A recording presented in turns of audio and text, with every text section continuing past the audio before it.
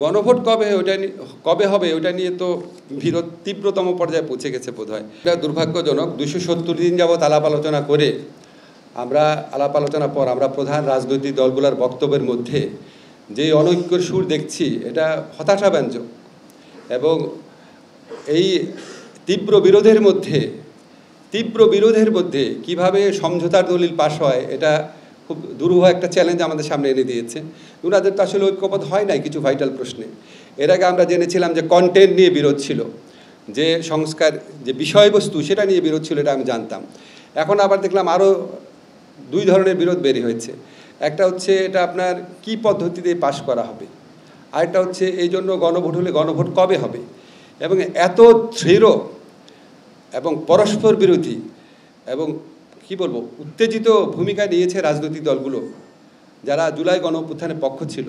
তা আপনারা যদি এরকম একটা ভূমিকা নেন তাহলে সরকার কি করবে আমরা ঠিক বুঝতে পারছি না। যে এতদিন আলোচনার পর যদি আপনাদের ঐক্যমত না আসে, তো এখন আমরা আসলে কিভাবে কি করবো এটা নিয়ে সত্যি আমাদেরকে একটু চিন্তা করতে হচ্ছে।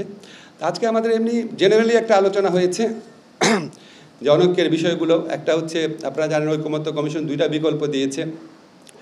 একটা হচ্ছে আপনার জুলাই সনদ বাস্তবায়ন আদেশ, তারপর গণভোট, তারপরে 270 দিন মধ্যে না হলে স্বয়ংক্রিয়ভাবে আপনার সংবিধান সংশোধন হয়ে যাবে। তো এটা একটু এরকম কোনো নজির আছে কিনা বা এটা আদৌ সম্ভব কিনা এটা আমরা দেখব। আরেকটা হচ্ছে এই দায়িত্ব নির্বাচিত সংসদের হাতে ছেড়ে দেওয়া।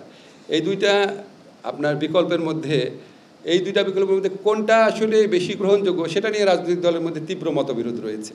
আর গণভোট কবে হবে ওটা নিয়ে তো বিরোধ তীব্রতম পর্যায়ে পৌঁছে গেছে বোধহয়। তো এইসব ব্যাপারে একটা সময় আমাদেরকে সিদ্ধান্ত নিতে হবে।